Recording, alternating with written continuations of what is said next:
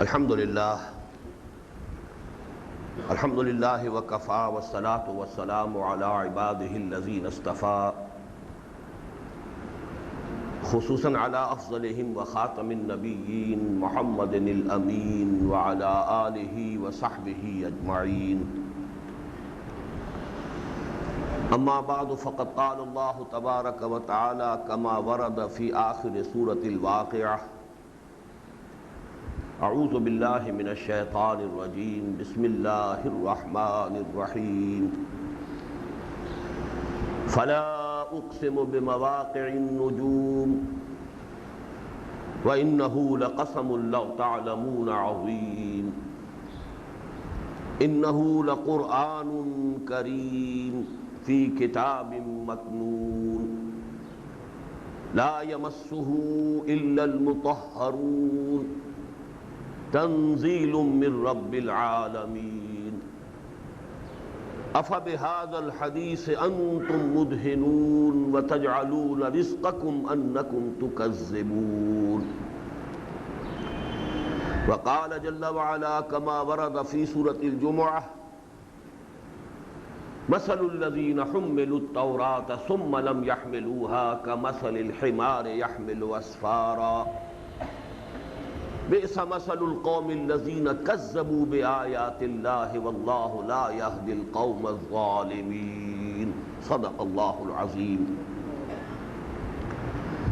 وعن عبيدة المليكي رضي الله تعالى عنه قال قال رسول الله صلى الله عليه وسلم يا أهل القرآن لا تتوسدوا القرآن واتلوه حق تلاوته في آناء الليل والنهار وافشوه وتغنوه وتدبروا فيه لعلكم تفلحون رواه الإمام البيهقي رحمه الله رب اشرح لي صدري ويسر لي أمري واحلل عقدة من لساني يفقهوا قولي اللهم ربنا الہمنا رشدنا واعذنا من شرور انفسنا اللهم ارنا الحق حقا وارزقنا اتباعه وارنا الباطل باطلا وارزقنا اجتنابه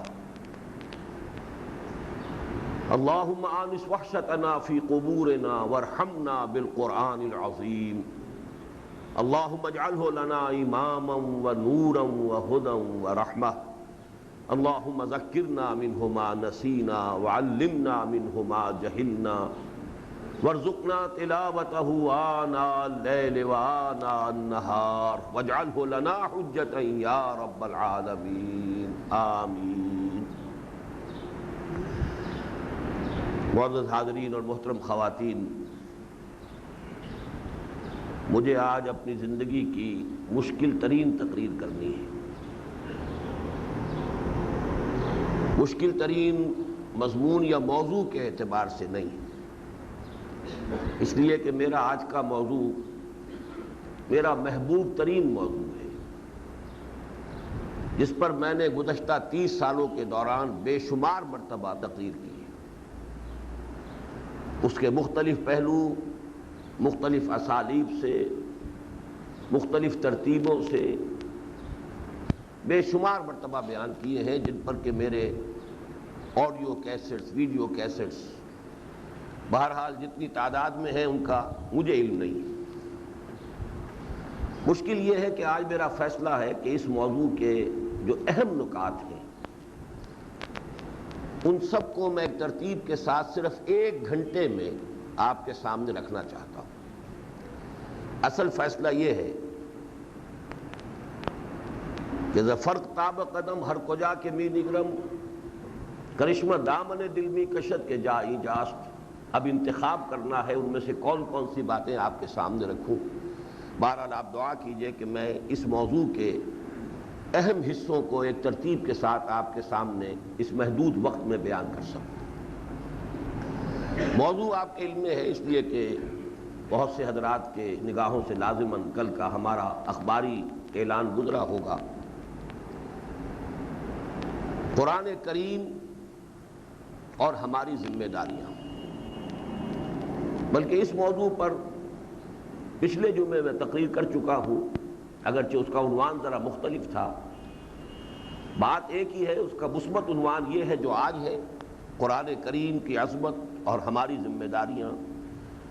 اسی کو منفی انداز میں بیان کیا تھا کہ ہمیں غور کرنا چاہیے کہ ہم کہیں تکذیب قرآن کے مرتکب تو نہیں ہو رہے، اپنے طرز عمل سے قرآن مجید کی تکذیب تو نہیں کر رہے، اسے جھٹلا تو نہیں رہے۔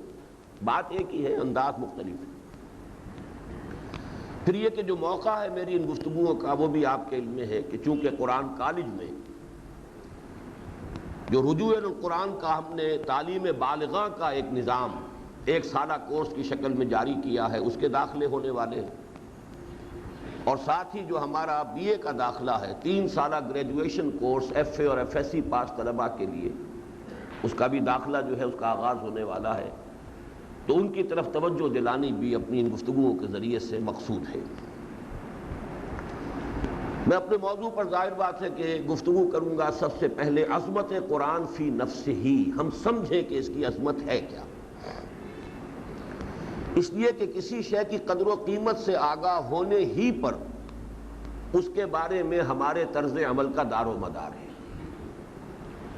کسی شے کی قدر و قیمت کا اندازہ ہو جائے گا، اس کے لیے آپ محنت کریں گے، کوشش کریں گے، ایثار کریں گے، قربانی دیں گے۔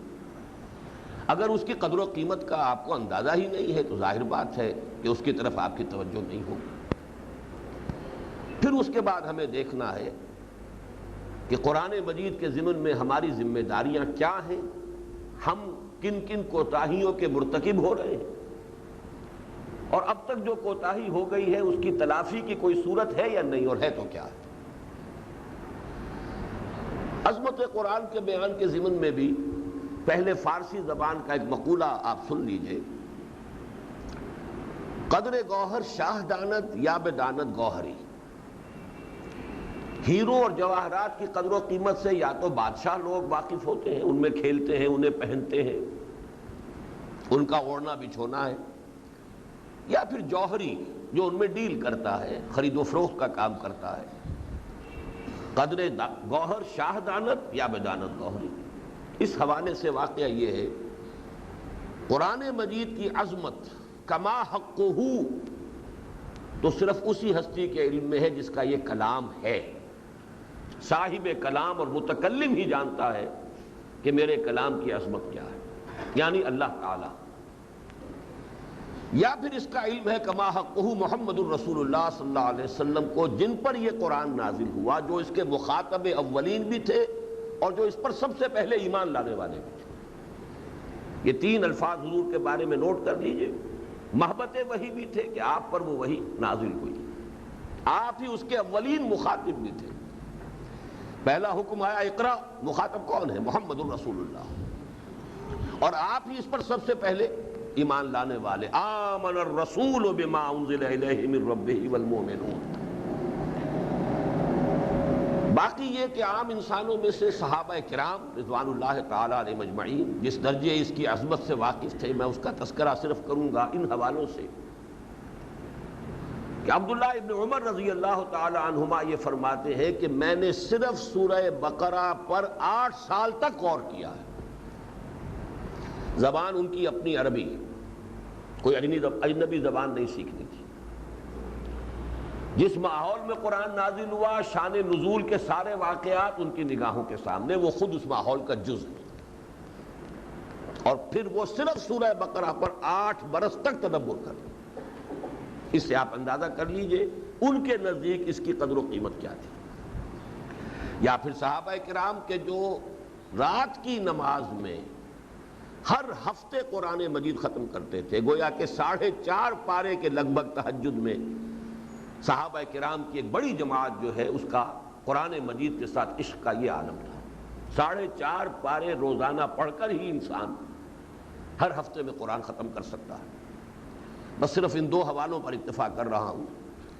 اب عظمت قرآن جیسا کہ میں نے عرض کیا، یا اللہ تعالیٰ اس سے کما حقہ واقف ہے، یا اللہ کے رسول محمد صلی اللہ علیہ وسلم۔ اسی حوالے سے عظمت قرآن بزبان صاحب قرآن، صاحب کلام یعنی اللہ تعالیٰ نے اسے کیسے بیان کیا، اور عظمت قرآن بزبان محبت قرآن حضور نے کیسے بیان کی؟ سب سے پہلے متکلم خود اللہ تعالی۔ قرآن مجید میں ظاہر بات ہے کہ ان چیزوں کا احصاء اور استقصاء کرنا ممکن نہیں ہے، جتنے مختلف پیرایوں میں اللہ تعالیٰ نے اپنے کلام کی عظمت کی طرف توجہ دلائی۔ اس وقت میں جو ترتیب اپنے ذہن میں رکھتا ہوں، سب سے پہلے تو یہ دیکھیے کہ قرآن مجید میں کتنی مرتبہ اللہ نے خود قرآن کی قسم کھائی۔ یاسین والقرآن الحکیم، قاف والقرآن المجید، صاد والقرآن ذی الذکر، قرآن مجید کی قسم۔ اور یہ کس اعتبار سے کہ اصل میں محمد الرسول اللہ صلی اللہ علیہ وسلم کی رسالت کا سب سے بڑا ثبوت قرآن ہے، آپ کا اصل معجزہ قرآن ہے۔ یاسین والقرآن الحکیم انک لمن المرسلین، قسم جس بات پر کھائی جا رہی ہے وہ یہ کہ یقیناً اے محمد آپ اللہ کے رسول ہیں، رسولوں میں سے ہیں۔ اس قسم، اس پر گواہی قرآن کی ہے، قرآن گواہ ہے، قسم ہے قرآن کی، یعنی در حقیقت قرآن سب سے بڑا ثبوت ہے رسالت و نبوت محمدیہ۔ پھر قرآن مجید کے لیے اسی طرح یہ مرکبات ناقصہ شمار ہوتے ہیں۔ کیا کیا صفات قرآن مجید میں اللہ تعالیٰ نے خود استعمال فرمائے؟ ابھی جیسا کہ آپ نے دیکھا القرآن الحکیم، حکمت سے مملوء قرآن، قاف والقرآن المجید بل ہوا قرآن مجید فی لوح محفوظ، مجد، بزرگی والا قرآن۔ کہیں آتا ہے قرآن کریم، انہ لقرآن کریم فی کتاب مکنون، کہیں کتاب عزیز، بہت زبردست، بڑی باجبروت، بڑی قوت والی کتاب۔ والقرآن ذی الذکر، یاد دہانی والا قرآن۔ اب میں صرف یہ جس کو کہتے ہیں کہ نمونہ مشت اذخروارے کے انداز میں یہ میں نے صرف اشارے کیے ہیں، احاطہ کرنا مقصود نہیں ہے، ناممکن۔ دوسرے نمبر پر آئیے، میں نے صرف قرآن مجید کے 4 مقامات کا انتخاب کیا ہے، ان میں سے ہر مقام پر میری پوری تقریریں بھی موجود ہیں۔ وہ تو یہ کہ اس کے کیسٹس، آڈیو ویڈیو آپ حاصل کر سکیں گے۔ اس وقت صرف میں تیزی کے ساتھ گزر رہا ہوں، اور ترتیب میں نے یہ قائم کی ہے کہ وہ مقام جس میں ایک آیت میں قرآن کی عظمت بیان ہوئی، پھر یہ ارتھمیٹیکل پروگریشن جسے ریاضی میں کہا جاتا ہے، وہ مقام جس میں 2 آیات وارد ہوئی، پھر وہ مقام جس میں 4 آیات میں عظمت قرآن کو اللہ نے بیان کیا، پھر وہ مقام جس میں 8 آیات میں اللہ تعالیٰ نے عظمت قرآن کو بیان کیا۔ 1 2 4 8۔ پہلی آیت سورہ حشر کی، لو انزلنا هذا القرآن على جبل لرأيته خاشعا متصدعا من خشية الله وتلك الامثال نضربها للناس لعلهم يتفكرون۔ اگر ہم نے اس قرآن کو کسی پہاڑ پر اتار دیا ہوتا تو تم دیکھتے کہ وہ دب جاتا اور پھٹ جاتا اللہ کے خوف سے۔ اور یہ مثالیں ہیں جو ہم لوگوں کے لیے بیان کر رہے ہیں، شاید وہ غور و فکر کریں، تفکر و تدبر سے کام۔ ایک بات میں درمیان میں بھول گیا ہوں اپنی ترتیب میں، اللہ قرآن مجید کی عظمت سے واقف، محمد صلی اللہ علیہ وسلم کا باحقہ سے واقف، صحابہ کرام کی قدر و قیمت کا جو اندازہ تھا، ان کو جو اندازہ تھا اس کا تذکرہ ہو چکا۔ عام انسانوں میں سے خاص طور پر عصر حاضر ہی نہیں، ماضی قریب تک بھی میرے نزدیک عظمت قرآن کا جس قدر انکشاف علامہ اقبال پر ہوا ہے، کوئی دوسری شخصیت میرے علم میں نہیں۔ میں عصر حاضر ہی نہیں، ماضی قریب کو بھی شامل کر رہا ہوں، اور آج کی تاریخ میں جبکہ میری عمر کا 62واں برس بھی، اب 63واں برس بھی نصف کے قریب ہو رہا ہے، 62.5 کی عمر کو پہنچ رہا ہوں، اپنے اب تک کے معلومات اور مطالعے کا حاصل بیان کر رہا ہوں۔ عظمت قرآن کا جو انکشاف جس گہرائی کے ساتھ ہوا ہے علامہ اقبال پر، میرے علم میں کوئی دوسرا شخص اس کے آس پاس بھی نہیں۔ اب یہ اللہ کی دین ہے، وہ دیتا ہے جس کو چاہتا ہے۔ ذالک فضل اللہ یؤتیہ من یشاء۔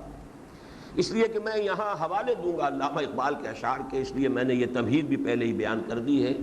ویسے میرا چھوٹا سا کتابچہ ہے علامہ اقبال اور ہم، جس میں میں نے 2 عنوانات یہ قائم کیے ہیں، اس دور کا سب سے بڑا داعی الی القرآن اقبال ہے، اور اس دور میں عظمت قرآن کا سب سے بڑا ثبوت اقبال ہے۔ اس لیے کہ علماء کا تو یہ اوڑھنا بچھونا ہے، ان کی تعلیم و تربیت اسی ماحول میں ہوئی ہے۔ ایک شخص جس نے انگریزی اسکولوں میں تعلیم حاصل کی، مرے کالج سے اور مشن اسکول سے اور مرے کالج سے اور گورنمنٹ کالج سے، پھر وہ جرمنی اور انگلستان میں جا کر اس صدی کے آغاز میں فلسفہ کھنگال کر آیا، اگلے پچھلے فلسفے پڑھ ڈالے، پھر اگر اسے ہدایت کے لیے اگر کہیں پناہ ملی ہے تو صرف قرآن مجید، تو یہ میرے نزدیک عصر حاضر میں عظمت قرآن کا سب سے بڑا ظہور ہے۔ نہ کہیں جہاں میں اما ملی، جو اما ملی تو کہاں ملی میرے جرم خانہ خراب کو تیرے عفو بندہ نواز میں۔ اگر اپنے پورے فلسفہ خودی کو بھی وہ کہتا ہے قرآن مجید کی ایک آیت سے ماخوذ ہے، وَلَا تَكُونُوا كَالَّذِينَ نَسُوا اللَّهَ فَأَنسَاهُمْ أَنفُسَهُمْ أُولَٰئِكَ هُمُ الْفَاسِقُونَ۔ سید نذیر نیازی مرحوم گواہ ہے، علامہ اقبال نے خود ان سے کہا میرے فلسفہ خودی کی سورس کی آیت ہے۔ بہرحال اس بات کو میں نے چاہا تھا کہ اسے بھی نوٹ کرا لوں۔ اب دیکھیے قرآن مجید ایک آیت میں جو اپنی عظمت بیان کر رہا، بلکہ کہنا چاہیے اللہ نے جو بیان کی، اگر ہم اس قرآن کو پہاڑ پر نازل کر دیتے، اور اس کی تشریح آپ کو کرنی ہوگی القرآن یفسر بعضہ بعضا کے اصول کے مطابق۔ سورہ اعراف میں تذکرہ موجود ہے کہ حضرت موسیٰ علیہ السلام نے جب درخواست کی تھی کہ اللہ اپنا دیدار بھی عطا کر دے، تو اللہ نے فرمایا تھا کہ تم مجھے نہیں دیکھ سکتے، لن ترانی، ان آنکھوں کے ساتھ، اس انسانی وجود کے ساتھ تم مجھے نہیں دیکھ سکتے، لیکن اندازہ ہی کرنا تو ذرا اس پہاڑ کو دیکھو، ہم ذرا ایک تجلی اس پر ڈالیں گے، اگر وہ پہاڑ اس کا تحمل کر لے تو سمجھنا کہ شاید تم بھی ہمارے دیدار کا تحمل کر سکو۔ فلما تجلی ربہ للجبل جعلہ دکا وخر موسیٰ صعقا۔ جب اللہ نے اپنی ایک تجلی جو ہے پہاڑ پر ڈالی ہے تو پہاڑ پھٹ گیا، دب گیا، اور حضرت موسیٰ بالواسطہ مشاہدہ کرتے ہوئے بھی بے ہوش ہو کر گر گئے۔ گویا کہ جو تجلی ذات باری تعالیٰ کی تاثیر ہے وہی قرآن کی تاثیر ہے۔ تمثیل وہی بیان کی، لو انزلنا ھذا القرآن علی جبل لرأیتہ خاشعا متصدعا من خشیۃ وَتِلْكَ الْأَمْثَالُ نَضْرِبُهَا لِلنَّاسِ لَعَلَّهُمْ يَتَفَكَّرُونَ۔ اس کو علامہ اقبال نے ادا کیا ہے، فاش گویم آنچے در دل مزمرست، این کتابیں نیست چیزیں دیگرست۔ صافی کہہ دوں تم سے جو میرے دل میں ہے، اس قرآن کو کتاب نہ سمجھنا، یہ کوئی اور شے ہے۔ کیا شے ہے؟ مثل حق پنہاؤ ہم پیداستو، زندہ ہو پائندہ ہو گویاستو۔ جو ذات باری تعالیٰ کی صفات ہیں وہی اس کی صفات ہے۔ جیسے اللہ الحی ہے، القیوم ہے، ایسے ہی یہ قرآن مثل حق پنہاؤ ہم پیداستو، وہ الظاہر بھی ہے الباطن بھی ہے، اسی طرح اس قرآن کی صفات ہے۔ صرف اشارے کر رہا ہوں، پھر عرض کر چکا ہوں موضوعات پہ میری مفصل تقاریر موجود ہے۔ اب آئیے دو آیات، سورہ یونس کی آیات 57-58۔ یا ایھا الناس قد جاءتکم موعظۃ من ربکم وشفاء لما فی الصدور وہدی ورحمۃ للمؤمنین قل بفضل اللہ وبرحمتہ فلذلک فلیفرحوا ھو خیر مما یجمعون۔ صدق اللہ العظیم۔ اے لوگو، تمہارے پاس تمہارے رب کی طرف سے واعظ بھی آ گیا ہے، اور تمہارے باطنی اور روحانی امراض کا علاج بھی آ گیا ہے، اور ہدایت بھی آ گئی ہے، اور رحمت بھی آ گئی۔ اے نبی ان سے کہہ دیجئے یہ قرآن جو تمہارے لیے واعظ بھی ہے، تمہارے روحانی اور باطنی امراض کا علاج بھی ہے، تمہارے لیے ہدایت بھی ہے، رحمت بھی ہے۔ قل بفضل اللہ وبرحمتہ، اے نبی کہہ دیجئے یہ اللہ کے فضل اور رحمت کا مظہر ہے۔ فبذالک فلیفرحوا، خوشیاں منانی ہے تو اس پر مناؤ، اتنی بڑی نعمت اللہ نے تمہیں عطا کی ہے۔ ناز کرنا ہے تو اس پر کرو، فخر کرنا ہے تو اس پر کرو، خوشی منانی ہے تو اس پر مناؤ۔ ہوا خیر مما یجمعون، یہ کہیں بہتر ہے ان تمام چیزوں سے جو یہ جمع کرتے ہیں۔ سیم و زر ہو، ہیرے جواہرات ہو، ساز و سامان ہو، جو کچھ تم جمع کر رہے ہو دنیا میں، جو بھی انسان جمع کرتا ہے، جس شے کو بھی قیمتی سمجھ کر جمع کرتا ہے، جان لو ان تمام چیزوں سے بڑھ کر قیمتی شے یہ ہوا خیر مما یجمعون۔ اس آیت میں جو ترتیب ہے بڑی ہی حکیمانہ ترتیب ہے۔ قرآن مجید میں آج کل جو ہمارا ہفتے وار درس ہو رہا ہے، اس میں آیت ابھی وہ گزری ہے، ثم قست قلوبکم فہی کالحجارۃ او اشد قسوۃ۔ انسانوں کے دل سخت ہو جاتے ہیں۔ اقبال نے بھی کہا ہے پھول کی پتی سے کٹ سکتا ہے ہیرے کا جگر، مرد نادا پر کلام نرم و نازک بے اثر۔ تو پہلے ضرورت ہے کہ دل کی سختی رفع ہو۔ زمین سخت ہے، اس کے اوپر بارش برے گی اور پانی بہہ جائے گا، جذب ہوگا ہی نہیں، تو کہاں سے روئیدگی آئے گی، کہاں سے سبزہ آئے گا؟ زمین کا اوپر کا کرسٹ جو ہے اسے توڑو تاکہ پانی جذب ہو سکے۔ انسان کو الٹی آ رہی ہے، دوا معدے میں ٹک ہی نہیں رہی، جذب ہی نہیں ہو رہی، تو کیا اس کی تاثیر ہوگی؟ دوا جذب ہو تب تاثیر ہوگی۔ تو سب سے پہلی صفت بیان کی کہ یہ موعظہ ہے، یہ قرآن دلوں کو نرم کرنے والی شے ہے۔ یا ایھا الناس قد جاءتکم موعظۃ، جب دل نرم ہوں گے اب یہ قرآن اس کے اندر اترے گا، نرم بھی خود کرے گا، حل بھی خود چلائے گا، دل کی سختی کو بھی رفع کرے گا، پھر جذب ہو کر شفا بنے گا۔ تمہارے اندر جو امراض ہیں، روحانی امراض ہیں، تمہارے باطنی امراض ہیں، ان کا علاج کرے گا۔ اب نتیجتاً اس کی ہدایت سے مستفید ہو سکو گے۔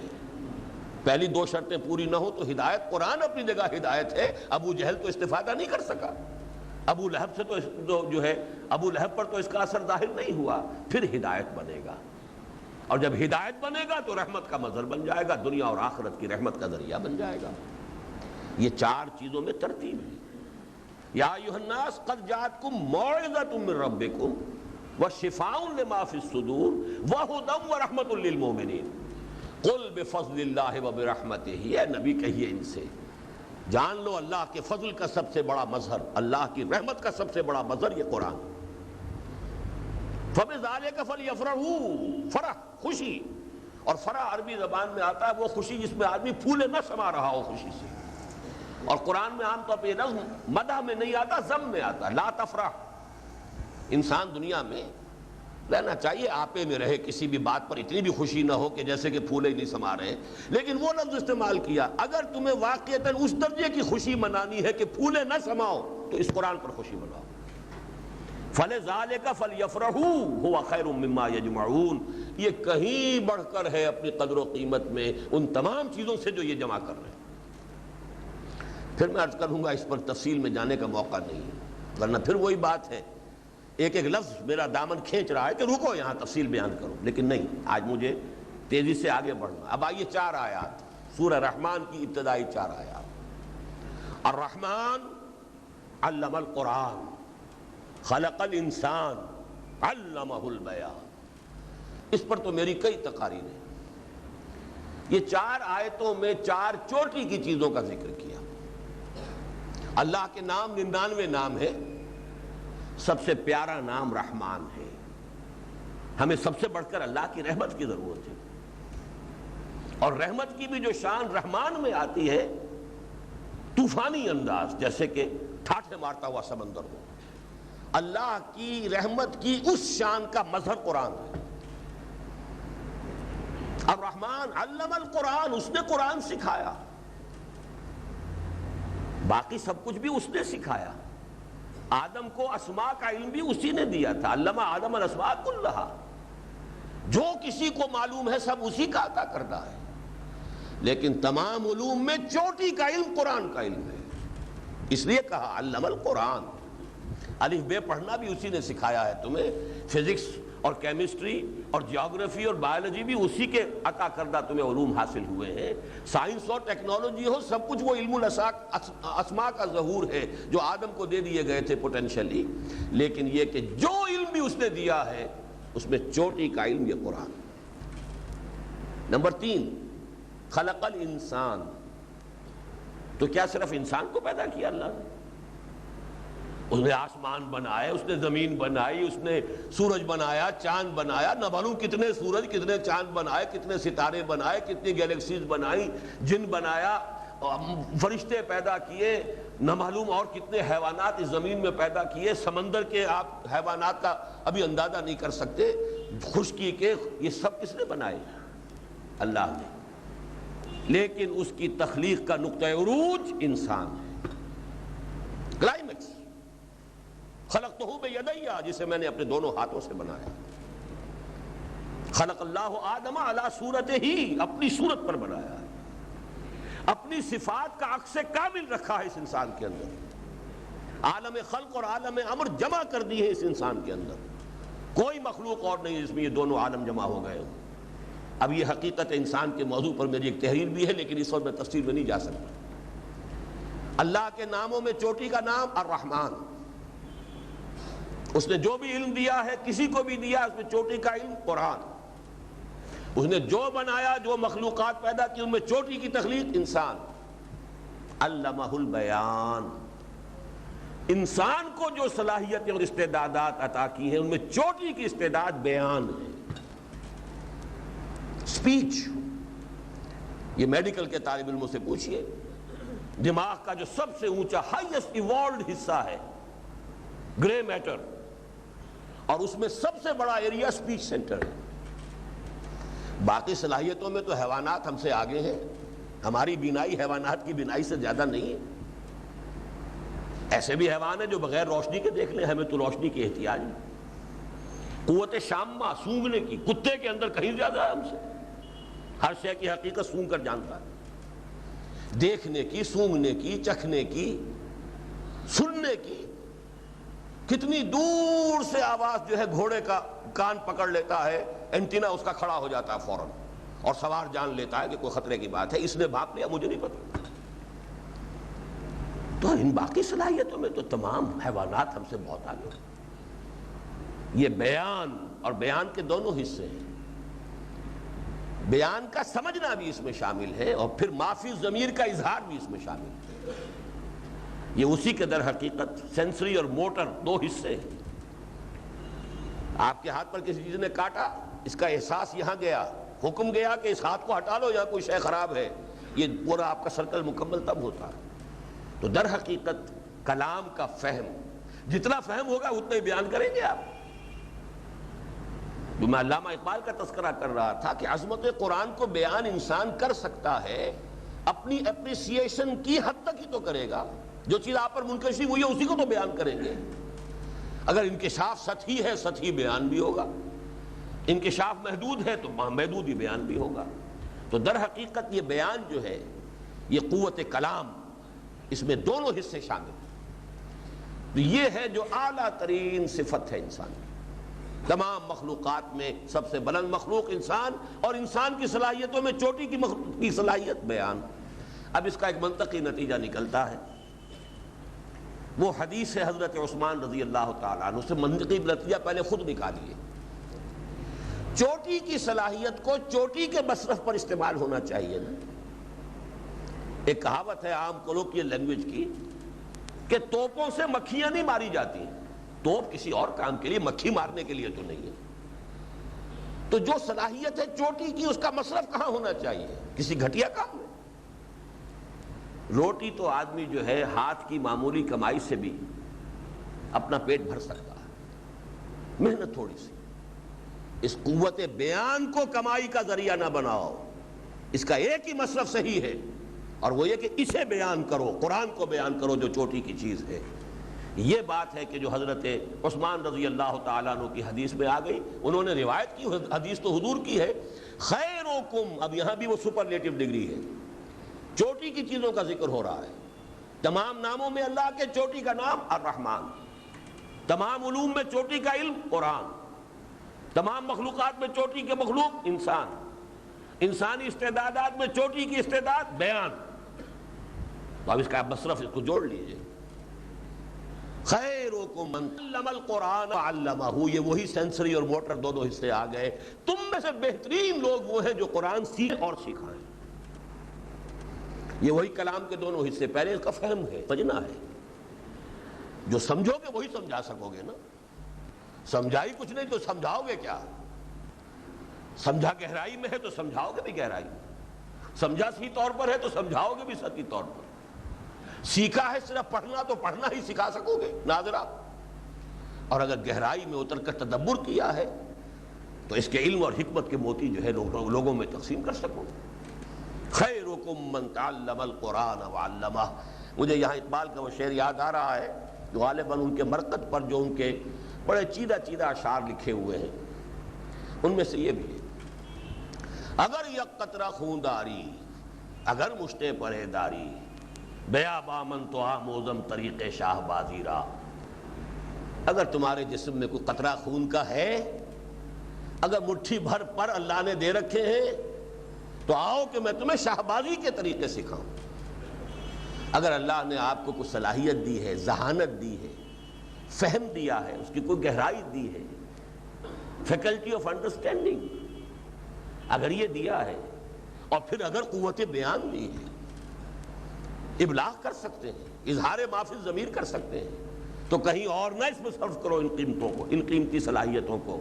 بیابامن تو آمودم طریق شاہ بازی را، آؤ میرے پاس کہ میں تمہیں سکھاؤں کہ زندگی کا بلند ترین کیریئر یہی ہے، خیرکم من تعلم القرآن وعلمہ۔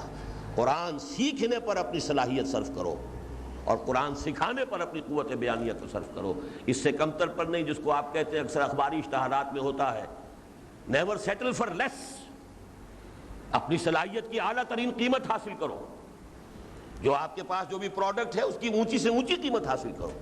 اللہ نے جو صلاحیتیں دی ہیں ان کو گھٹیا سی چیزوں کے لیے، لیشتروا بہ ثمنا قلیلا، دنیا کی کچھ آسائشیں، دنیا کا کچھ آرام، دنیا کی کچھ چمک دمک، دنیا کی کچھ جو بھی اس طرح کی زیبائشیں آرائشیں ہیں، ان کے اوپر ان صلاحیتوں کو خرچ نہ کرو۔ خیرکم من تعلم القرآن وعلمہ۔ اب آگے چلیے، 8 آیات۔ فلا اقسم بمواقع النجوم، پچھلے جمعے میں تفصیلی تقریر کر چکا ہوں اس پر، میں اس کا کیسٹ تو تازہ تازہ آپ کو مل سکتا ہے، اس میں صرف ترجمہ کروں گا۔ تو نہیں، میں قسم کھاتا ہوں ان جگہوں کی جہاں ستارے ڈوبتے ہیں۔ آج ہم پر یہ حقیقت منکشف ہو چکی ہے کہ یہاں مراد وہ بلیک ہولز ہیں، اس کاسموس میں، کائنات میں، جہاں بڑی بڑی گیلیکسیز ختم ہو چکی ہیں اور اب صرف سیاہ ڈاٹس رہ گئے، بلیک ہولز۔ وَإِنَّهُ لَقَسَمٌ لَوْ تَعْلَمُونَ عَظِيمٌ، اور یہ قسم بہت بڑی ہے جو ہم کھا رہے ہیں، اگر تم سمجھ سکو۔ نزول قرآن کے وقت ظاہر بات ہے یہ بات سمجھ میں نہیں آ سکتی تھی، بلیک ہولز کس کا نام ہے، کس مصیبت کو، کس بلا کو کہتے ہیں، آج کا سائنسدان جانتا ہے۔ إِنَّهُ لَقُرْآنٌ کریم، یہ قرآن ہے بہت باعزت، فی کتاب مکنون، چھپی ہوئی کتاب میں ہے۔ یہ قرآن جو میرے اور آپ کے پاس ہے یہ قرآن نہیں ہے، اصل قرآن تو کہیں اور ہے، یہ اس کی مصدقہ نقل ہے، یہ مصحف ہے۔ اصل قرآن کہاں ہے؟ لوح محفوظ میں ہے۔ اصل قرآن کہاں ہے؟ کتاب مکنون میں ہے، فی کتاب مکنون، چھپی ہوئی کتاب، لوح محفوظ۔ انہو فی ام الکتاب لدینا لعلی حکیم، یہ تو اس ام الکتاب میں ہے جو ہمارے پاس ہے، اللہ کے پاس ہے۔ یشہدہ المقربون، ظاہر بات ہے کہ وہاں تو جنات کی رسائی نہیں، اور جو ملائکہ کے بھی طبقہ اسفل ہیں ان کی نہیں، مقربون جو ملائکہ مقربین ہیں صرف ان کی رسائی ہے۔ یہاں بھی فرمایا لا یمسہ الا المطہرون، اس کو چھو ہی نہیں سکتے مگر صرف وہ جو بہت پاکیزہ پاک باز فرشتے، اور فرشتوں میں بھی چوٹی کے جو ملائکہ مقربین ہیں، وہ ہے کتاب، وہ ہے قرآن۔ یہ تو مصدقہ نقل ہے اس کی جو ہمیں اللہ تعالیٰ نے عطا کر دی۔ انہ لقرآن کریم فی کتاب مکنون لا یمسہ الا المطہرون، ہاں وہاں سے اس کو تنزیل من رب العالمین، اب اس کی تنزیل ہوئی ہے رفتہ رفتہ، درجہ بدرجہ، تھوڑی تھوڑی، یہ آیات اور سورتوں کی شکل میں تنزیل ہوئی ہے۔ افبہذا الحدیث انتم مدہنون، اب یہاں پر بات آ گئی نیگیٹو انداز میں، کیا اتنی عظیم شے کے لیے تمہارے اندر مداہنت ہے، بے اعتنائی ہے، بے توجہی ہے، سہل انگاری ہے؟ کتنی عظیم شے، اللہ کی صفت ہے یہ، اللہ کا کلام، مثل حق پنہاؤ ہم پیداستو، زندہ و پائندہ و گویاستو، اور اس سے یہ بے اعتنائی، اس کی طرف یہ عدم التفات، اس کی طرف یہ بے توجہی، سب کچھ پڑھ لیا اس نے نہیں پڑھا، انگریزی سیکھ لی، اتنی عربی نہیں سیکھ سکے کہ قرآن مجید کو سمجھ سکتے۔ اپنے عمل کا تجزیہ کرو، اپنا حساب کر لو، پچھلے جمعے کے خطاب کے لیے جو اخباری اشتہار میں نے مرتب کیا تھا اس میں اس حدیث کا حوالہ دیا تھا، حاسبوا انفسکم من قبل ان تحاسبوا، اس دنیا میں اپنا محاسبہ کر لو اس سے پہلے کہ قیامت کی عدالت میں کھڑے ہو جاؤ اور تب محاسبہ تمہارا ہو رہا ہو، تب تو اصلاح کا کوئی امکان ہی نہیں، تب تو آخری فیصلے صادر ہوں گے۔ یہاں سوچ لو جب تک کہ ابھی مہلت ہے، نہ معلوم وہ مہلت کب ختم ہو جائے۔ جھنجھوڑنے کا اس سے زیادہ آپ مؤثر اور بلیغ انداز اور کہاں دیکھیں؟ افبہذا الحدیث انتم مدہنون، اس چیز کے لیے، اس قرآن کے لیے، حدیث اللہ کے لیے، فبأی حدیث بعدہ یؤمنون، اس کے لیے عدم التفات، بے توجہی، پڑھا ہی نہیں، سیکھا ہی نہیں، سمجھا ہی نہیں، پڑھتے ہی نہیں۔ وَتَجْعَلُونَ رِزْقَكُمْ أَنَّكُمْ تُكَذِّبُونَ، اب اس کا جو منطقی تجزیہ کر کے بتایا، در حقیقت اس کے معنی کیا؟ تم اسے جھٹلا رہے ہو، تمہارا یہ کہنا کہ ہم مانتے ہیں کہ یہ اللہ کا کلام ہے جھوٹ ہے۔ کیسے ممکن ہے کہ تم اسے اللہ کا کلام مانتے اور یہ بے اعتنائی ہوتی؟ کوئی بتائیے اس کی کوئی منطقی کوئی توجیہ ہے؟ اللہ کا کلام مانو اور پھر اسے نہ پڑھو، کوئی امکان ہے؟ اللہ کا کلام مانو اور اسے نہ سمجھو، کوئی امکان ہے؟ اللہ کا کلام مانو اور اتنی عربی بھی نہ سیکھ سکو کہ اسے سمجھ سکو براہ راست، کوئی امکان ہے؟ اگر تو کوئی منطقی جواز ہے، کوئی اس کے لیے دلیل ہے، کوئی عذر ہے اور معقول ہے، تو آپ سوچ لیجئے کہ شاید قیامت میں بھی چھٹکارا ہو جائے۔ افبہذا الحدیث انتم مدہنون وتجعلون رزقکم انکم تکذبون، تم نے اپنا نصیب یہ بنا لیا، تم نے اپنا مقدر یہ ٹھہرایا، تم نے اپنا یہ حصہ طے کیا کہ تم اسے جھٹلا رہے ہو۔ اس پر ہو سکتا ہے کوئی صاحب کہے کہ یہ تفسیر میں آپ کو تفسیر بالرائے اختیار کر رہے ہیں، یہاں تو اصل میں خطاب جو ہے وہ اشارہ جو ہے کفار کی طرف ہے جو کہہ رہے تھے کہ ہم نہیں مانتے کہ یہ اللہ کا کلام، یقیناً وہ بھی پیش نظر ہے، لیکن یہ کہ میں اس کے لیے دلیل دوسری بھی قرآن سے دے دیتا ہوں، اسی لیے میں نے یہ آیات آج شروع میں پڑھی تھی۔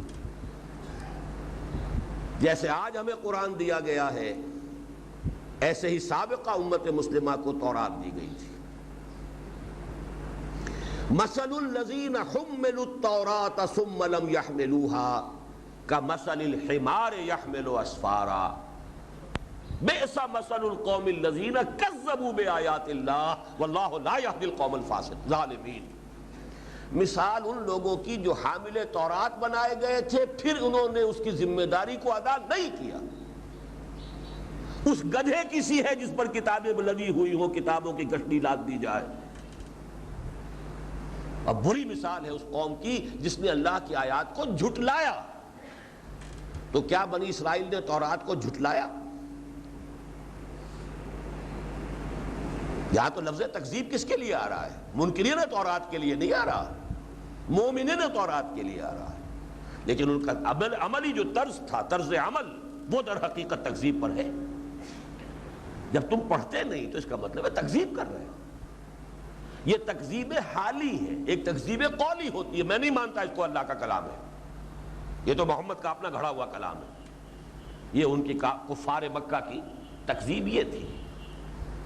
ہم کہتے ہیں مانتے ہیں اللہ کا کلام ہے، پڑھتے نہیں۔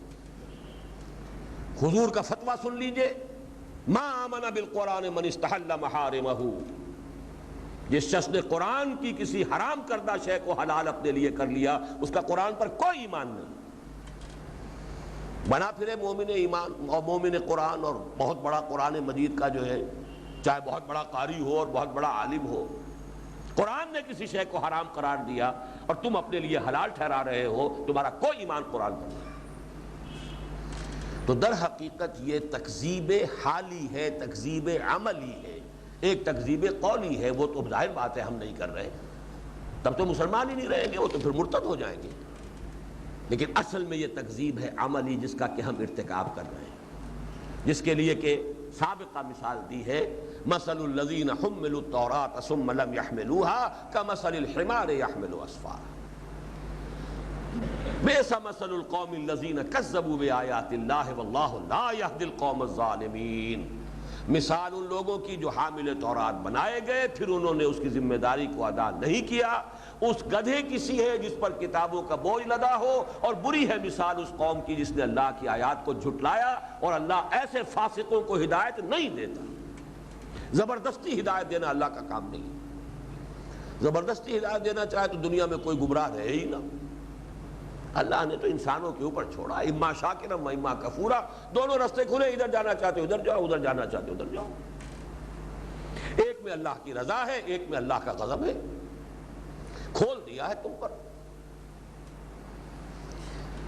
قرآن مجید کے ضمن میں تو میں صرف انہی مقامات پر اکتفا کر رہا ہوں۔ اب آئیے حضور نے کس کس طور سے اسے بیان کیا۔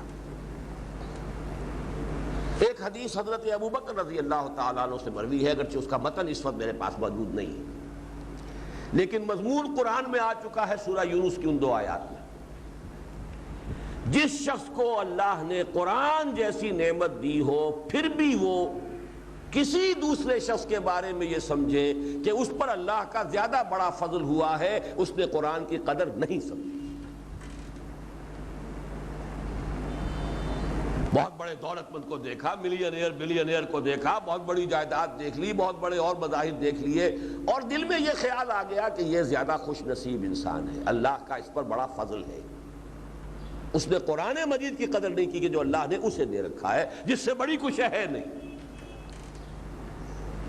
دوسری حدیث میں اس ترتیب سے لا رہا ہوں خلفاء اربعہ کے حوالے سے، جیسے میں نے وہاں ترتیب قائم کی، 1 آیت 2 آیات 4 آیات 8 آیات، تو خلفاء اربعہ حضرت ابو بکر کی روایت یہ ہے جس کا متن اس وقت نہیں ہے میرے پاس۔ دوسری حدیث حضرت عمر سے، یہ مسلم شریف کی روایت ہے۔ حضور فرماتے ہیں عن عمر بن الخطاب رضی اللہ تعالی عنہ قال قال رسول اللہ صلی اللہ علیہ وسلم ان اللہ یرفع بہذا الکتاب اقواما ویضع بہ آخرین، رواہ مسلم رحمہ اللہ۔ حضرت عمر فرماتے ہیں کہ حضور نے ارشاد فرمایا اب اللہ اسی قرآن کی بدولت قوموں کو بام عروج پر لے کر جائے گا، اور اسی قرآن کو ترک کرنے کے باعث تار مذلت میں گرا دے گا۔ اب یہ ہے میزان اللہ کی، اس میں تلیں گی قومیں۔ اسی حدیث کی ترجمانی اقبال نے کی، بڑی خوبصورت انداز میں۔ وہ زمانے میں معزز تھے مسلمان ہو کر، اور تم خار ہوئے تارک قرآن ہو کر۔ اور فارسی میں ہے اصل میں، اس میں جو پرجلال انداز ہے، خار از محجوری قرآن شدی، شکوہ سنجے گردش دوراں شدی، اے تو شبنم بر زمین افتندئی، در بغل داری کتاب زندئی۔ اے مسلمان قوم، اے امت مسلمہ، تو ذلیل و خوار ہوئی ہے قرآن کو چھوڑنے کے باعث۔ خام خواہ شکوہ کر رہے ہو، کبھی گردش دوراں کا، کبھی اللہ کا، کبھی کسی اور کا، اس نے یہ کر دیا، اس نے یہ کر دیا، اس نے ہم پر یہ ظلم ڈھالے، انہوں نے اس طریقے سے ہم پر جو ہے مظالم کیے۔ اصل میں کیوں یہ سب کچھ ہو رہا ہے؟ خار از محجوری قرآن شدی، شکوہ سنجے گردش دوران شدی، اے تو شبنم بر زمین افتندئی، در بغل داری کتاب زندئی۔ اے وہ قوم جو شبنم کے مانند زمین پر پڑی ہوئی ہے، اب بھی تیری بغل میں یہ کتاب زندہ موجود ہے جو تجھے دوبارہ باب عروج تک پہنچا سکتی۔ حضرت عثمان کی روایت میں پہلے آپ کو سنا چکا رضی اللہ تعالی عنہ، اور یہ بخاری شریف کی روایت ہے، خیرکم من تعلم القرآن وعلمہ، تم میں سے بہترین لوگ وہ ہیں جو قرآن سیکھیں اور سکھائیں۔ حضرت علی سے جو روایت ہے ایک محدود تعداد میں وہ یہاں پر تقسیم کی جا چکی ہے، یہ طویل روایت ہے، اور جو حضرات بھی پہلے آئے تھے محدود تعداد تھی انہیں بہرحال یہ مل گئی ہے۔ ہمارے ڈاکٹر نصیب الدین خواجہ صاحب نے بہت خوبصورت آرٹ پیپر پر اس کو چھپوایا، تو میں نے ان سے درخواست کی تھی جتنے نسخے پڑے ہوئے لے آئیے، وہ مل گئے ہوں گے آپ حضرات کو۔ یہ روایت جو ہے ترمذی شریف میں بھی ہے اور دارمی میں بھی ہے۔ اس کا آغاز جو روایت یہاں دی گئی ہے ایک عجیب انداز میں ہوا ہے، ان علی قال انی سمعت رسول اللہ صلی اللہ علیہ وسلم یقول انہا ستکون فتنۃ۔ حضرت علی سے مروی ہے رضی اللہ تعالی عنہ، وہ فرماتے ہیں کہ میں نے سنا حضور کو صلی اللہ علیہ وسلم یہ فرماتے ہوئے ان قریب ایک بہت بڑا فتنہ رونما ہوگا۔ فقلت، حضرت علی فرماتے ہیں کہ میں نے عرض کیا من مخرج منہا یا رسول اللہ، اے اللہ کے رسول صلی اللہ علیہ وسلم، اس فتنے سے بچاؤ کا راستہ کون سا ہوگا، نکلنے کا راستہ کون سا ہوگا، بچنے کی سبیل کون سی ہوگی؟ اس پر حضور نے جو یوں سمجھیے کہ یہ تو صرف ایک حدیث نہیں، خطبہ معلوم ہوتا ہے، طویل حدیث، کتاب اللہ، فتنوں سے بچانے والی شے صرف ایک ہے، وہ اللہ کی کتاب، فیہ خبر ما قبلکم و نبأ ما بعدکم و حکم ما بینکم، طویل حدیث ہے، یہ میں بعد میں عرض کروں گا کچھ حصے اس کے، لیکن ایک اور بات نوٹ کر لیجئے، اس سے بھی زیادہ دلچسپ بات ہے۔ دارمی میں یہ روایت اس اعتبار سے بھی آئی ہے کہ اصل مکالمہ شروع میں ہوا ہے حضرت جبرائیل اور حضور کا صلی اللہ علیہ وسلم۔ حضرت جبرائیل نے حضور سے ایک سوال کیا علیہ السلام وصلی اللہ علیہ وسلم، سوال کیا یا محمد امتک بعدک، اے محمد آپ کی امت کا آپ کے بعد کیا بنے گا، کبھی سوچا بھی ہے؟ ابھی تو آپ موجود ہیں بنفس نفیس، بہرحال انک میت و انہم لمیتون، آپ کو بھی انتقال ہوگا، امتک بعدک، آپ کے بعد آپ کی امت کا سہارا کون سا ہے؟ فقال رسول اللہ صلی اللہ علیہ وسلم من مخرج یا جبرائیل، اب یہ سوال حضور نے کیا حضرت جبرائیل سے کہ اے جبرائیل بات تو تم نے بہت اہم کہی ہے، تم ہی بتاؤ کہ اس کی سبیل کیا ہے، راستہ کون سا ہے، اس مسئلے کا حل کیا ہے؟ وہاں حضرت علی کہہ رہے ہیں من مخرج منہا یا رسول اللہ، حضور نے فرمایا انہا ستکون فتنۃ، یہاں حضرت جبرائیل نے کہا تھا یا محمد امتک بعدک، فقال رسول اللہ صلی اللہ علیہ وسلم من مخرج یا جبرائیل، اس سوال کا حل بھی تم ہی بتاؤ ہے جبرائیل۔ اب انہوں نے کہا کتاب اللہ فیہ خبر ما قبلکم و نبأ ما بعدکم، باقی حدیث یہی۔ تو گویا کہ آپ یہ بھی کہہ سکتے ہیں کہ یہ کلام جبرائیل ہے جو نقل کیا محمد رسول اللہ صلی اللہ علیہ وسلم۔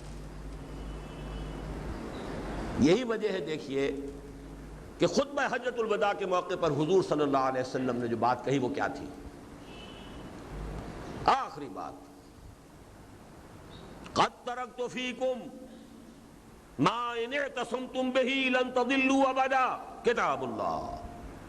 چونکہ حجۃ الوداع میں آپ نے متعدد مواقع پر یہ کہا تھا کہ اے مسلمانوں شاید یہ میرا آخری حج ہو، شاید آپ دوبارہ اس جگہ پر ملاقات نہ ہو، بار بار آپ کے الفاظ آتے ہیں خذوا عنی مناسککم فانی مقبوض، حج کے سارے مناسک مجھ سے سیکھ لو، اچھی طرح سمجھ لو، اس لیے کہ میرا انتقال ہونے والا ہے، انی مقبوض،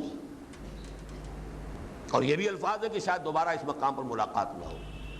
تو گویا کہ یہی تھا اس کی مناسبت سے کہ آپ نے اپنے خطبے میں آخری بات یہ فرمائی قد ترکت فیکم، میں تو جا رہا ہوں، جانے والا ہوں، لیکن تمہیں بے یار و مددگار چھوڑ کر نہیں جا رہا۔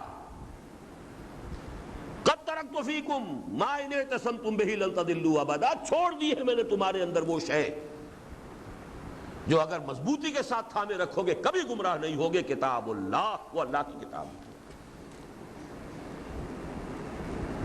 یہ لفظ اعتصام واعتصموا بحبل اللہ، یہ اس حدیث کے ٹائٹل جو ہے جو مطبوعہ آپ کو تقسیم ہوا جن کو بھی ملا ہے، واعتصموا بحبل اللہ جمیعا، اللہ کی رسی کو مضبوطی سے تھامو۔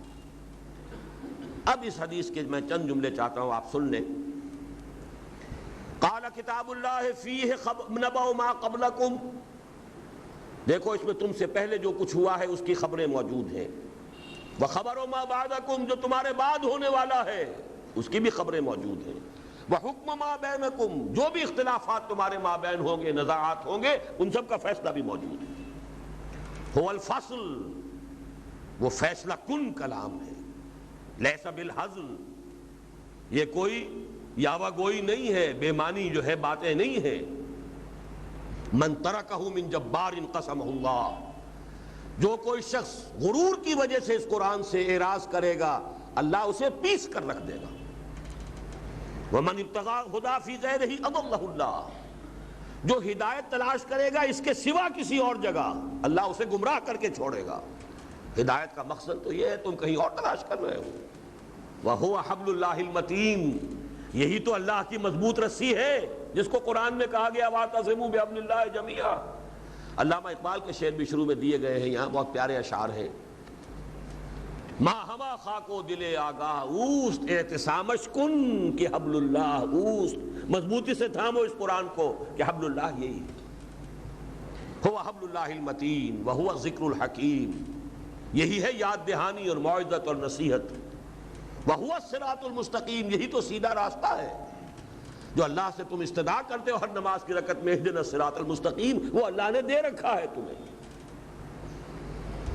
باقی کچھ حصے میں اس کے چھوڑ رہا ہوں، اس میں تذکرہ یہ بھی ہے کہ جنات کی ایک جماعت نے جب اس قرآن کو سنا ہے تو فوراً کہا آمنا بھی، ہم اس پر ایمان لے آئے.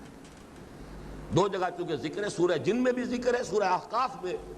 یہاں تو سورہ جن کی آیت کا حوالہ حضور نے دیا، سورہ احقاف کی آیت میں جو الفاظ آئے ہیں وہ اس اعتبار سے بڑے عجیب ہیں کہ جنات کی ایک جماعت نے ایک ہی مرتبہ قرآن سنا ہے، اسی پر ایمان لائے، فوراً داعی بن کر اپنی قوم کی طرف چلے گئے. یا قومنا اجیبوا داعی اللہ، یہ ہے ایک مثالی کردار. جو حقیقت تم پر منکشف ہو گئی فوراً قبول کرو اور فوراً اس کے پرچارک اور داعی بن جاؤ. یا قومنا اجیبوا داعی اللہ، ہماری قوم اس اللہ کی طرف پکارنے والے کی پکار پر لبیک کہو، ایمان لاؤ، اس کی تصدیق کرو. اس کے جو آخری 4 ٹکڑے ہیں وہ ضرور میں آپ کو سنانا چاہتا ہوں. سے بلاغت اور فصاحت کی بھی معراج ہے. ویسے تو یہ کہ بہرحال اصل معراج تو قرآن ہے فصاحت و بلاغت کی، لیکن جیسا کہ میں نے اس کے قرآن کے بعد اگر کوئی ہے تو محمد الرسول اللہ کا کلام ہے صلی اللہ علیہ وسلم. فرمایا من قال بہ صدق، جس نے کوئی بات اس قرآن کی بنیاد پر کہی سچ کہا. ومن عمل بہ اجر، جس نے اس پر عمل کیا اس کا اجر محفوظ. ومن حکم بہ عدل، جس نے اس کی بنیاد پر کوئی فیصلہ کیا اس نے عدل کیا.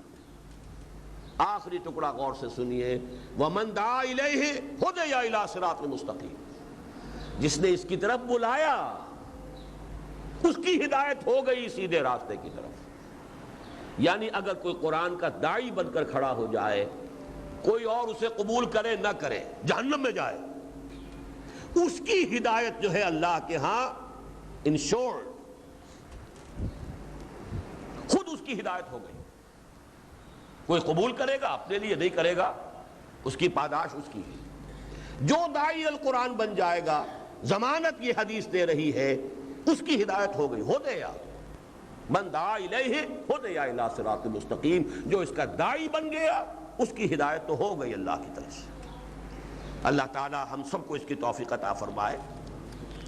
بہرحال اللہ تعالیٰ نے قرآن مجید کی عظمت جس طور سے بیان کی، اللہ کے رسول نے جس طور سے بیان کیا، اب اس کے بعد حضرت عبیدہ ملیکی رضی اللہ تعالیٰ عنہ سے جو مروی روایت ہے، حاصل اب اس کا کیا ہے. حضرت عبیدہ ملیکی رضی اللہ تعالیٰ عنہ فرماتے ہیں، اور یہ بیہقی کی روایت ہے، حضور نے ارشاد فرمایا یا اہل القرآن، اب یہ جگر تھام کے بیٹھو، یہ میرا اور آپ کا تذکرہ ہے. اے قرآن والو، جیسے یہود اور نصارہ کہلاتے ہیں یا اہل الکتاب، اے کتاب والو، حضور نے ہمیں مخاطب کیا ہے یا اہل القرآن لا تتوسد القرآن، قرآن کو تکیہ نہ بنا لینا. وسادہ تکیہ، تکیہ پیٹھ کے پیچھے ہوتا ہے، یعنی اس کو پیٹھوں کے پیچھے نہ پھینک دینا. نبذ فریق من الذین اوتوا الکتاب کتاب اللہ وراء ظہورہم، جن لوگوں کی کتاب دی گئی تھی تم سے پہلے، ان میں سے بہت سے لوگوں نے اللہ کی کتاب کو اپنی پیٹھوں کے پیچھے پھینک دیا. تم ایسا نہ کرنا. اور تکیے پر انسان سہارا لیتا ہے، اسے صرف اپنا ذہنی سہارا نہ بنا لینا ہمارے پاس بڑی شے ہے بس. اس کا حق ادا کرو. اس کا حق کیا ہے؟ وَاتْلُوهُ حَقَّ تِلَاوَتِهِ فِي آنَاءِ اللَّيْلِ وَالنَّهَارِ، اسے پڑھا کرو جیسے کہ اس کے پڑھنے کا حق ہے، رات کی گھڑیوں میں بھی اور دن کی گھڑیوں میں بھی، رات کے اوقات میں بھی دن کے اوقات میں بھی. وَافْشُوهُ، اسے عام کرو، پھیلاؤ، داعی بنو. من دعا الیہ ہدی الی صراط مستقیم، اس کے پرچارک بنو، اس کے مبلغ بنو. خیرکم من تعلم القرآن وعلمہ وافشوہ وتغنوہ. غنا کے دونوں معنی ہیں، دونوں یہاں مراد ہیں مختلف احادیث کے حوالے سے۔ غنا موسیقی کو بھی کہتے ہیں۔ اللہ تعالیٰ نے حسن سماعت کی حس بھی انسان میں رکھی ہے، کسی میں زیادہ کسی میں کم، کسی میں ذوق زیادہ ہے کسی میں کم ہے۔ قرآن میں ملکوتی غنا موجود ہے، ڈیوائن میوزک ہے اللہ کا اس قرآن کے اندر۔ اس سے اپنی اس حسن سماعت کی طلب جو ہے اس کو پورا کرو۔ اور نمبر 2 غنا کہتے ہیں غنی انسان، دولت مند انسان جسے کوئی احتیاج نہ ہو۔ جب سب سے بڑی دولت یہ ہے ہوا خیر مما یجمعون، تغنا ہو اس کے بل پر اپنے آپ کو غنی محسوس کرو۔ وہی بات جو حضرت ابوبکر والی حدیث کے حوالے سے میں نے آپ کو بتائی، قرآن جیسی دولت تمہیں دے رکھی ہو پھر یہ سمجھو کہ کسی اور پر اللہ کا بڑا فضل ہوا ہے، تو تم نے قرآن کی عظمت کو نہیں پہچانا۔ وَتَدَبَّرُوا فِيهِ لَعَلَّكُمْ تُفْلِحُونَ، اور اس پر تدبر کرو، اس کی گہرائی میں غور و فکر کرو۔ قرآن میں ہو غوطہ زن ہے مرد مسلمان تاکہ تم فلاح پاؤ۔ یہ 4 شرطیں پوری کرو گے تو فلاح ہوگی۔ جیسے سورۃ العصر میں بھی 4 ہی شرطیں آئی ہیں، وَالْعَصْرِ إِنَّ الْإِنسَانَ لَفِي خُسْرٍ إِلَّا الَّذِينَ آمَنُوا وَعَمِلُوا الصَّالِحَاتِ وَتَوَاصَوْا بِالْحَقِّ وَتَوَاصَوْا بِالصَّبْرِ۔ 4 ہی الفاظ سورہ حج کی آیت میں آئے، یا ایھا الذین آمنوا ارکعوا واسجدوا واعبدوا ربکم وافعلوا الخیر لعلکم تفلحون۔ 4 ہی چیزیں سورہ آل عمران کے آخر میں آئی، آخری آیت، یا ایھا الذین آمنوا اصبروا وصابروا واتقوا ورابطوا واتقوا اللہ لعلکم تفلحون۔ یہاں بھی دیکھیے 4، جعل القرآن لا تتوسد القرآن واتلوه حق تلاوته في آناء الليل والنهار وافشوه وتغنوه وتدبروا فيه لعلكم تفلحون۔ ویسے تو یہ حدیث مبارک جو ہے اپنے مضمون پر خود مکتفی ہے، لیکن یہ کہ اللہ تعالیٰ نے جو توفیق مجھے دی تھی، اور یہ آج سے اب یوں سمجھیے کہ 26 برس قبل کی بات کر رہا ہوں، مسجد خضرہ سمن آباد میں 2 جمعوں میں تقریر کی تھی اسی موضوع پر، مسلمانوں پر قرآن مجید کے حقوق، گویا کہ اسی حدیث کی شرح ہے جس پر وہ کتابچہ مشتمل ہے۔ اس کتابچے کو اللہ تعالیٰ نے جو بھی پذیرائی عطا فرمائی، وہ اردو کے اندر تو لاکھوں کی تعداد میں چھپا ہے اور تقسیم ہوا ہے، مفت تقسیم کیا لوگوں نے۔ حیدرآباد دکن میں چھپ رہا ہے، بامبے میں چھپ رہا ہے، معلوم کہاں کہاں چھپ رہا ہے، مختلف جگہوں پر لوگوں نے تقسیم کیا ہے۔ عربی میں ترجمہ ایک صاحب نے از خود کیا، فارسی میں ترجمہ ایک صاحب نے از خود کیا، انگریزی میں ترجمہ ایک صاحب نے از خود کیا۔ ابھی مجھے وہاں ملیشیا سے آیا ہے، اب میں پڑھ بھی نہیں سکتا اس کو، لیکن یہ کہ اس زبان میں بھی چھپ چکا ہے، وہاں پر خود ہی کسی نے ترجمہ کیا ہے۔ یہ کتاب چاہ کہ مسلمانوں کو متوجہ کیا جائے کہ مسلمان، ہر مسلمان پر قرآن مجید کے 4-5 حقوق جو ہے بقدر استعداد، اس پر ایمان جیسا کہ ایمان کا حق ہے، اس کو پڑھنا جیسے کہ پڑھنے کا حق ہے، اس کو سمجھنا جیسے کہ سمجھنے کا حق ہے، اس پر عمل کرنا جیسے کہ عمل کرنے کا حق ہے، اور اسے عام کرنا اور دوسروں تک پہنچانا جیسے کہ اس کو عام کرنے کا اور تبلیغ کا حق ہے۔ یہ کتابچہ جو ہے ہماری اس دعوت کا، ہماری اس پوری تحریک کا یوں سمجھیے کہ سٹارٹنگ پوائنٹ ہے، جس کے بعد جو بھی یہ تقریباً 27-28 برس ہو چکے ہیں کہ میری محنت جو ہے، یہ قرآن اکیڈمی وجود میں آئی تو اور قرآن کالج بنا، یہ سب کے سب در حقیقت سمجھیے کہ 2 چھوٹے چھوٹے کتابچے ہیں، وہاں سے ہماری یہ تحریک شروع ہوئی۔ میں اپنی گفتگو کا تو اختتام اسی پر کر رہا ہوں۔ چند منٹ آپ سے مزید جو مجھے درکار ہے وہ یہ ہے کہ کچھ عملی باتیں آپ حضرات کے سامنے اور وقتی اور فوری طور پر جو ہے وہ چند گزارشات آپ سے اور مزید کرنا چاہ رہا ہوں۔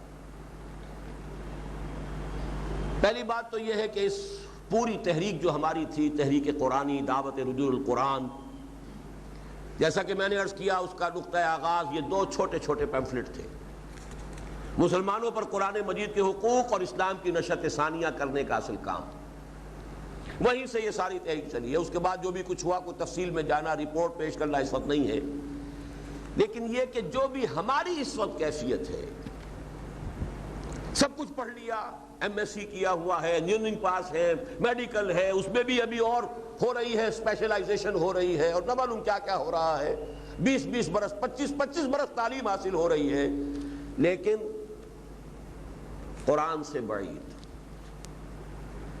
نیئر ہیئر سے سنی سنائی باتیں، منہم الامیون لا یعلمون الکتاب الا امانیہ، پڑھے لکھے ان پڑھ، ادھر پی ایچ ڈی ہے، ادھر الف کا نام بے نہیں جانتے قرآن کا اور دین کا۔ یہ ہے اصل میں جو سب سے بڑا مسئلہ ہمارے لیے ہے، اور یہ جو تکذیب عملی ہم کر رہے ہیں، اس میں تلافی کے بارے میں سوچئے جب تک اللہ تعالیٰ نے مہلت دے رکھی۔ اس تلافی کے لیے بیٹر لیٹ دین نیور، کتنے سالوں سے ہم نے شروع کیا ہوا ہے۔ پہلے 2 سال کا کورس ہم نے ایڈلٹس کے لیے، ایڈلٹ ایجوکیشن کا پروگرام ہے۔ آپ ڈاکٹر ہیں، انجینئر ہیں، کچھ اور ہیں، آپ انگریزی کے پروفیسر ہیں، معاشیات کے پروفیسر، جو بھی آپ کر رہے ہیں، آپ کہیں ڈپٹی کمشنر ہیں، کہیں ایس ایس پی ہیں، جو بھی لگے ہوئے ہوں، لیکن مسلمان ہونے کے ناطے یہ ذمہ داریاں بھی آپ کی ہیں کہ نہیں؟ اس کا محاسبہ ہوگا کہ نہیں ہوگا؟ یا اہل القرآن میں آپ شامل ہیں کہ نہیں؟ یا اہل القرآن لا تتوسطوا القرآن، اس میں خطاب حضور کا آپ سے ہے کہ نہیں؟ اس کے لیے یہ 1 سالہ کورس، رجوع الی القرآن کورس، اس کے لیے چونکہ اب اس کا آغاز ہو رہا ہے، اس سال کی نئی جو بیچ ہے اس کا آغاز، ابھی داخلے ہونے ہیں، 27 تاریخ کو غالباً اس کے انٹرویو ہونے ہیں، اور 1 اکتوبر سے اس کی کلاسیں شروع ہو جائیں گی۔ تو اس موقع پر میں نے یہ ساری گفتگو آپ کے سامنے رکھی ہے کہ اس کے لیے جو بھی تلافی کر سکتے ہیں کریں۔ پھر اس میں یہ کہ خاص طور پر جو ہمارا بی اے کا نظام ہے قرآن کالج میں، ہم نے وہ 3 سال کا بی اے کورس رکھا ہے، F A F S C pass جنہوں نے دوسری جگہ سے کی ہوئی ہے۔ جو ہمارے ہاں سے ایف اے کر کے آئیں گے انہیں ضرورت نہیں ہے، وہ 2 سال کے اندر گریجویشن کر لیں گے، اس لیے کہ ایف اے میں ہم لازماً عربی پڑھاتے ہیں، بنیادی قرآن مجید کے مضامین کا تعارف کرا دیتے ہیں، اس حوالے سے انہیں ضرورت نہیں ہے۔ لیکن یہ ہے کہ جنہوں نے بغیر عربی پڑھے ہوئے، بغیر کوئی دینی تعلیمات حاصل کیے ہوئے، جنہوں نے ایف اے کیا ہے، چاہے آرٹ سے کیا ہے، چاہے وہ F S C medical non medical ہے، 1 سال جو ہے ان کا بھی اسی رجوع الی القرآن کورس کے ساتھ شامل ہے۔ اور اس میں جیسا کہ کتاب آپ کو مل گیا ہے ہینڈ بل، اس میں آپ پڑھ لیں گے، یہ بھی غیرت دلانے کے لیے بات ہے۔ مورمن ایک فرقہ ہے عیسائیوں کا امریکہ میں، ان کی ایک ریاست اپنی بھی ہے، اوٹا، انہوں نے اپنی ریاست بنا لی ہے۔ بعض چیزوں میں وہ مسلمانوں سے بہت مشابہ ہے، صرف وہی عیسائی فرقہ ہے جس میں پولی گیمی ہے، 1 سے زیادہ شادی کا ان کے ہاں پر اجازت ہے، اور بھی بعض چیزوں میں ہم سے بہت قریب ہے۔ انہوں نے اپنے ہاں طے کیا ہوا ہے، ہر لڑکا یا لڑکی ہائی اسکول سے جب فارغ ہو جاتا ہے یا ہو جاتی ہے، 2 سال وہ اس کے لیے فارغ کرتے ہیں کہ اب یہ مذہبی تعلیم حاصل کریں۔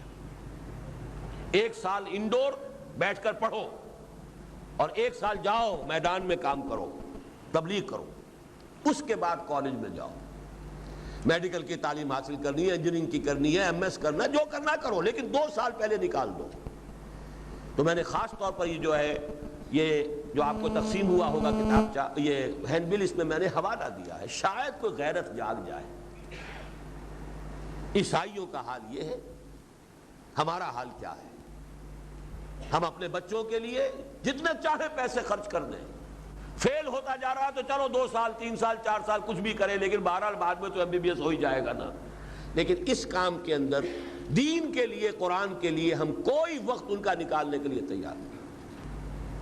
پھر اگر اللہ تعالیٰ کی طرف سے سزا کے کوڑے دنیا میں پڑ رہے ہیں تو ظاہر بات ہے کہ ہمیں کوئی شکوہ کرنے کا کوئی حق حاصل نہیں ہے اللہ کی جناب۔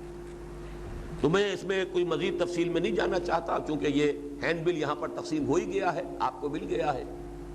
کیریئر بھی جیسا کہ تفصیل اس کے اندر بیان کر دیا گیا۔ اس کے بعد ٹیچنگ لائن ہے، لیکچرر بنے، پروفیسر بنے، ایم اے کریں مختلف مضامین میں، بڑا نوبل پروفیشن ہے، قوم کی تعمیر کا موقع ملتا ہے۔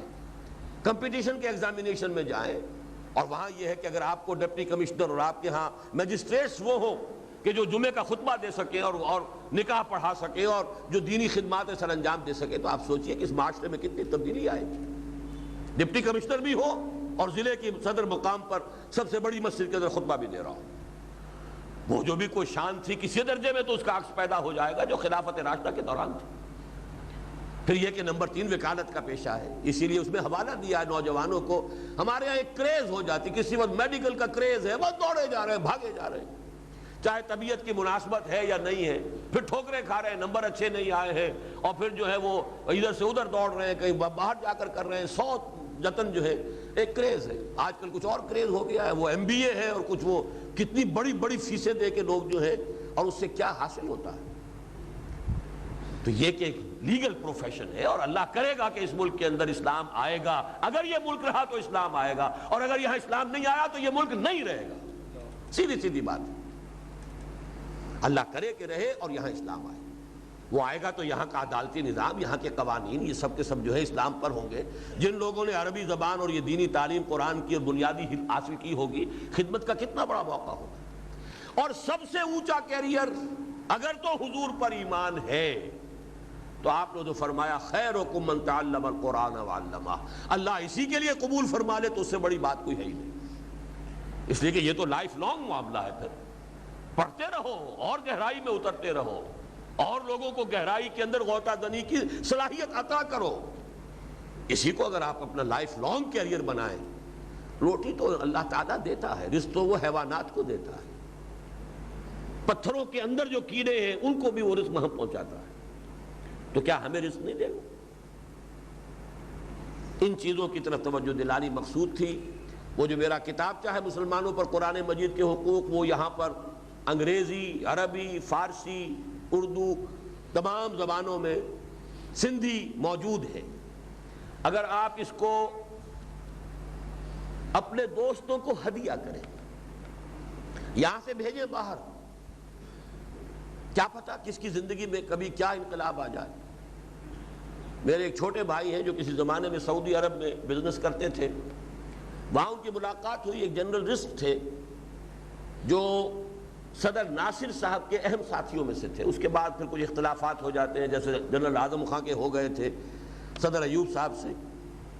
بہرحال ان سے ملاقات ہوئی تو انہیں جب یہ عربی کا کتابچہ دیا گیا جو مسلمانوں پر قرآن مجید کے حقوق کا ترجمہ تھا، ان کا جو ریئیکشن تھا وہ خاص طور پر نوٹ کرنے کے قابل ہے. میں اس لیے اس کو میں نے پسند کیا کہ وہ حضور کی اس حدیث کے مطابق ہے. ان کا کہ یہ کتابچہ جس شخص نے لکھا ہے، میں یقین کے ساتھ کہہ سکتا ہوں کہ وہ شخص گمراہ کبھی نہیں ہو سکتا. حقیقت میں اسی حدیث کا آخری جملہ ہے یہ کہ من دعا الیہ ہدی الی صراط مستقیم. بہرحال مجھے تو خوشی ہوئی اس سے. ایک اللہ تعالیٰ کی طرف سے خوشخبری میں سے، مبشرات میں سے باتیں ہیں. تو بہرحال یہ کام جو ہے سب سے اونچا ہے، اور اس کے لیے آپ محنت کیجئے. جو لوگ اس عمر کو پہنچ چکے ہیں کہ اب ان کے لیے پڑھنا پڑھانا ممکن نہیں، وہ تلافی کریں، کفارہ دیں، اپنی اولاد میں سے اس کام کے اوپر لگائیں. اللہ تعالیٰ ان کے اس کفارے کو اور اس تقصیر کو قبول فرما لے. اور کیا پتہ وہ اولاد جو ہے ان کے لیے صدقہ جاریہ بن جائے. اس سے بڑا صدقہ جاریہ کوئی نہیں. کوئی ہسپتال، کوئی یتیم خانہ صدقہ جاریہ اتنا بڑا نہیں ہے جتنا کہ نیک اولاد اگر آپ دنیا میں چھوڑ کر جائیں، دین کی خادم اولاد چھوڑ کر جائیں گے، اس سے بڑا صدقہ جاریہ کوئی نہیں. اس کتابچے کو یہاں پر ہم نے جو اس کا ایک سادہ ایڈیشن ہے وہ آج فراہم کیا ہے. ویسے تو اس کی قیمت 6 روپے ہے، لیکن 25 کی تعداد میں وہ صرف 100 روپے میں مل جائے گا، تاکہ آپ اس ماحول میں ان دنوں میں خاص طور پر ایک جو ہے مہم چلائیے. قریب کے علاقے کے اندر یہ جو علاقہ ہے اس کو اس قرآن کالج سے اس 1 ایئر کورس سب سے بڑھ کر فائدہ اٹھانا چاہیے. اب میں کیا عرض کروں، وقت نہیں ہے، اور میں سمجھتا ہوں کہ بہت سے حضرات کو شاید پریشانی بھی ہو رہی ہو. ایک صاحب ہوسٹن سے چل کر پہنچ گئے، ٹیکساس، نیو امریکہ کی جنوبی ریاست، وہ اللہ کے فضل سے شامل ہو. نیو جرسی سے نوجوان پہنچ چکا ہے اس 1 ایئر کورس میں شامل ہونے کے لیے. پیرس سے ایک نوجوان چلے آ رہے ہیں، محمد صادق صاحب، وہ شاید کل یا پرسوں پہنچنے والے ہیں اس کورس میں شمولیت کے لیے. لیکن شاید یہ کہ قریب ترین جو ہے وہ محروم رہ جاتے ہیں. حسن ز بصرہ بلال از حبش صہیب از روم ز خاک مکہ ابو جہل نیچے بولا جبیس. دنیا میں ہمیشہ ہوتا ہے، قریب ترین ہو جو ہے یہ اکیڈمی بھی موجود ہے اور یہاں پر یہ قرآن کالج بھی ہے. لیکن یہ کہ میں نے اس مرتبہ اس طریقے سے پہلے کبھی توجہ بھی نہیں دلائی ہے جیسے کہ اس مرتبہ میں نے یہ اہتمام کیا کہ عین جب کہ داخلے کا یہ مرحلہ ہے، میں نے یہ آپ کے سامنے گزارشات رکھی ہیں. یہ قرآن کالج میں ایک سادہ رجوع القرآن کورس جس میں خواتین بھی شرکت کر سکیں گی، میں داخلہ فارم جمع کروانے کی آخری تاریخ 26 ستمبر ہے. بی اے 3 سالہ کورس کے تربیتی سال میں داخلہ فارم جمع کروانے کی آخری تاریخ 27 ستمبر ہے. لیکن اس میں نوٹ کر لیجئے ابھی بعض جگہوں کے نتائج نہیں آئے ہیں F A F S C کے، وہ لوگ بھی داخلے کے لیے درخواست دے سکتے ہیں. 1 سالہ کورس میں داخلے کے خواہش مند حضرات کے انٹرویو 27 ستمبر کو قرآن کالج میں صبح 9 بجے ہوں گے، جبکہ بی اے تربیتی سال میں داخلے کے خواہش مند حضرات کے انٹرویوز 28 ستمبر کو ہوں گے قرآن کالج میں صبح 9 بجے. بی اے کے طلبہ کے لیے 1000 روپے ماہانہ کی بنیاد پر 2 میرٹ اسکالرشپ بھی دستیاب ہیں. نیز کمپیوٹر کی تعلیم بھی اس کے ساتھ ہی مفت دی جائے گی۔ دیگر تفصیلات اور کالج پراسپیکٹس جو ہے جس کی قیمت ویسے 15 روپے ہے، یہاں آپ کو آج جو ہے 10 روپے کا مل جائے گا، وہ یہاں کہیں سٹالز کے اوپر موجود ہے، وہ آپ لے سکتے ہیں۔ بس آج مجھے کل کے درس کے بارے میں بھی عرض کر دوں، یہاں ہمارے یہاں جو درس قرآن جاری رہتا ہے اس آبادی کے لوگ اس میں بھی بہت ہی کم شریک ہو رہے ہیں۔